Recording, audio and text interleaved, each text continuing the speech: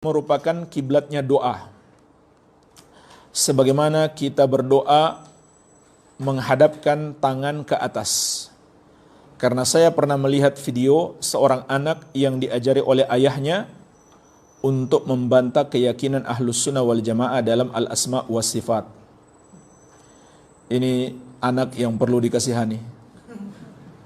Orang tuanya mengajarkan yang salah kepada dia dan digunakan untuk membantah lagi. Makanya Nabi SAW mengingatkan orang tua itu terkadang bisa menyesatkan anak. Kullu mauludin yuladu alal fitrah fa abawahu yuhawidani au yunassirani au yumajjisani. Setiap anak lahir di atas fitrah, di atas keyakinan yang benar.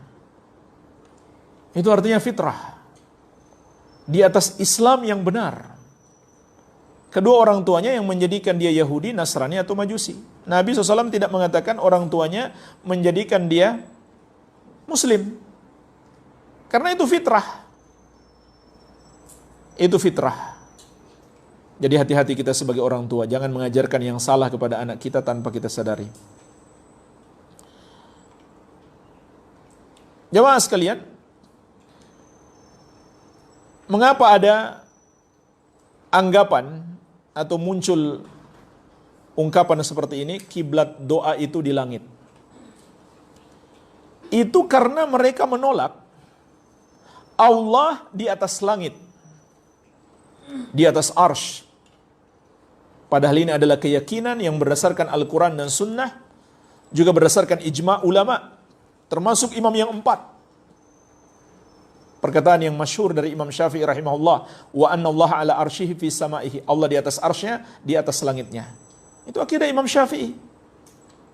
Mereka hanya mau mengikuti fikih Syafi'i. Tapi akidah beliau mereka tidak ikuti. Mereka berpaling kepada akidah Asy'ariyah. Akidahnya Asy'ari. Siapa Asy'ari dibanding Asy-Syafi'i? Ikutilah akidah Syafi'i, akidah Ahlus Sunnah wal Jamaah, akidah Nabi SAW dan para sahabat. Itu pun akidah Asy'ari yang lama. Beliau sudah rujuk dari akidah tersebut. Jadi ungkapan ini muncul karena mereka menolak Allah di atas langit, di atas arsy. Makanya mereka muncul ungkapan ini ketika kita berdoa, tangan kita menghadap ke atas, bahkan hati kita juga menghadap ke atas. Itu bukan karena Allah berada di atas, tapi kata mereka, karena itulah kiblat doa. Maka jemaah sekalian kita katakan ini ucapan yang tidak ada dalilnya sama sekali. Kalau ada yang mengklaim ada hadisnya, maka itu hadis palsu. Tidak ada ayatnya, tidak ada hadisnya, sama sekali tidak ada. Kemudian kita sholat. Dalam sholat itu ada doa tidak? Ada kan? Terus kita sholat, kiblatnya kemana? Sepakat seluruh ulama, orang sholat kiblatnya ke Ka'bah. Dan dalam sholat kita berdoa juga. Tidak ada orang sholat berdoa mengangkat tangan kecuali kunut. Dia baca dalam sujud, tangannya tetap begini. Nggak ada dia sujud, tangannya dia balik. Tidak ada. Jadi nggak ada bedanya.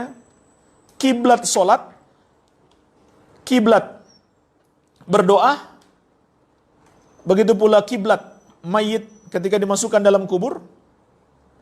Begitu pula kiblat orang yang menyembelih. Bagi ulama yang berpendapat harus menghadap kiblat, kiblatnya sama. Tidak ada satupun ulama dari kalangan sahabat